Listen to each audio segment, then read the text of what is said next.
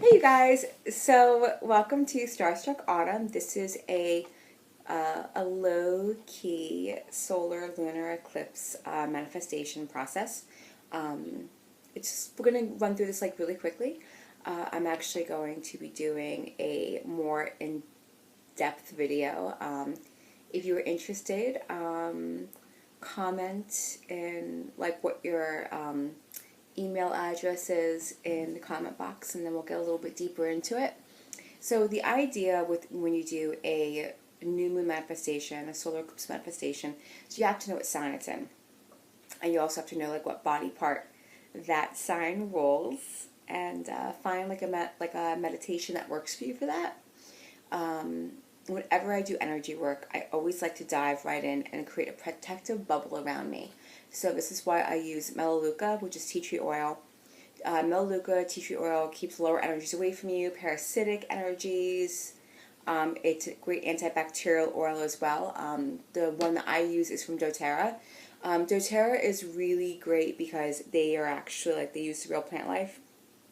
A lot of companies that make essential oils, they cut it with like alcohol and other oils just to fill it up so they don't have to spend so much money on, making more oils. And interestingly enough, the oils I'd used that were melaleuca and before, always like would burn. And melaleuca is not supposed to burn. It's a natural analgesic. It's a natural pain reliever. So if your tea tree oil burns or stings, then you're not using the best one. Anyway, so I like to use that. I like to put that on the bottoms of my feet for protective energy. Doop. There we go. To protect my force field. On the bottom of my feet, yeah. And then, you do manifestation, you do a meditation. First off, before you come to the floor, you have to be very, very clear about what you want. You can't show up when you do energy work with any kind of fear. Like, you have to show up with perfect love and perfect trust in the universe. No conditions, like, oh, if I do this, this will happen, or like making deals and bargains with the universe. You need to be very clear about what your desire is. Like just be straight and make sure that your energy is on par enough where the universe can meet you halfway, because the universe, it'll help you out. You can pray, you can ask for help, and they'll help you, but you have to meet them halfway. The universe does not care for energetic slackers. If you're an energetic slacker, the universe will kind of be like, oh, maybe not. So this is just kind of a garden variety, so like lunar eclipse manifestation. Once again, if you want to get my video that gets more into depth on like specific solar eclipse energy, like the manifestation, the chance that I'm using for this, once again, email me, send me your information. I will send it directly, because it's for those who are ready to really know how to harness their power. So I always like to use a mix of cinnamon and rosemary and clove, and eucalyptus when I do any kind of energy work, because they're protective, they create positive energy, they bring money, prosperity, love, and passion into your life in a positive, powerful way. And interestingly enough, doTERRA, the oil company that I use, they make a blend called On Guard, which has all of these oils right there in one fell swoop. So it saves me time and energy. On Guard, I love it. I use it all the time as an energy worker. I live for this stuff. It helps me. It is so magical. It's amazing. It's the best thing ever. So let's see, right there. So before like you even get started on like manifestation, be very clear about what you want, like I said before. And sit in there, sit in your energy, think about what you want, be very clear about it. And the key is that while you are working on your manifestations, you have to pretend that it's already happened. You have to imagine it in your head like it has already happened. And that's the key. and the universe responds to a hopeful heart.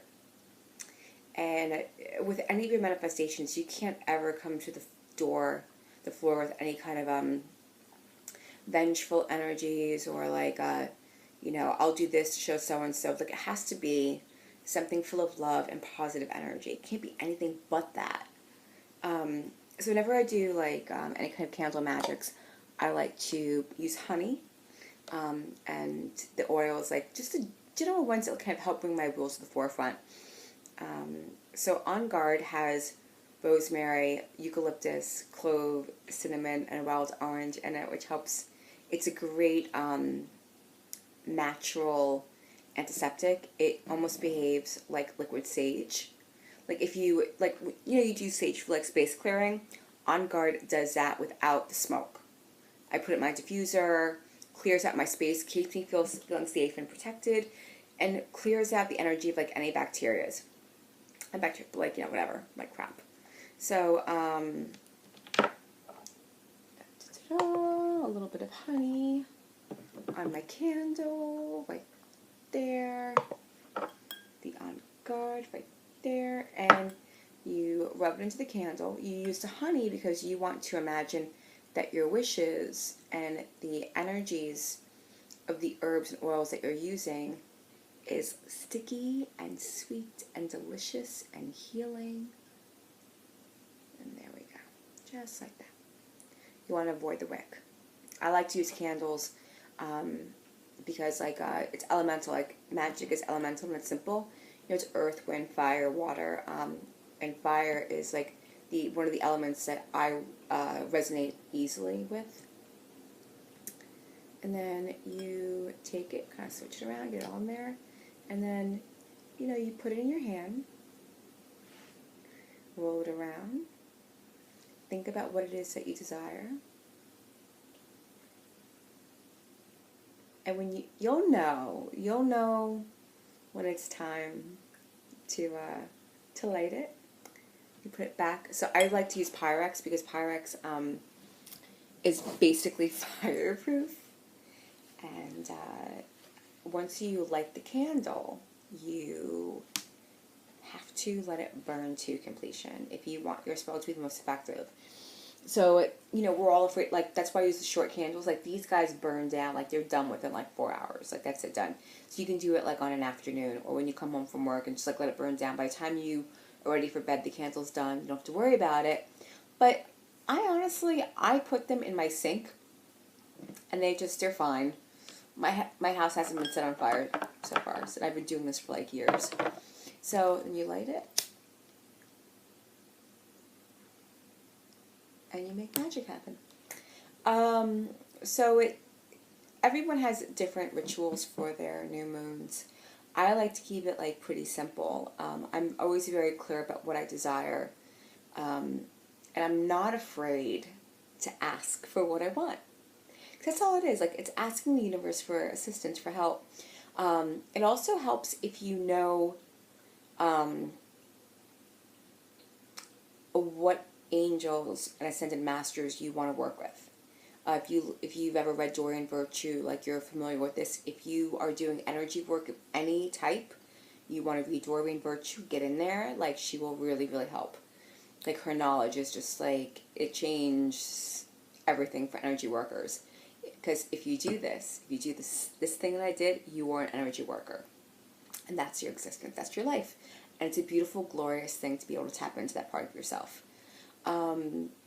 So I not only do astrology and tarot and energy work, but I also work with doTERRA.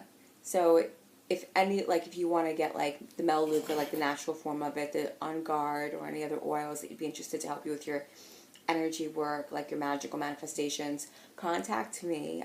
If you choose to order any of them through me, just know that you not only get my guidance, but you also get my magical expertise. So just keep that in mind. Be very clear about what you desire for this new moon. It's going to be magical, and it's going to change a lot for a lot of us. Because it's in Leo, make sure you have an open, glorious, loving heart.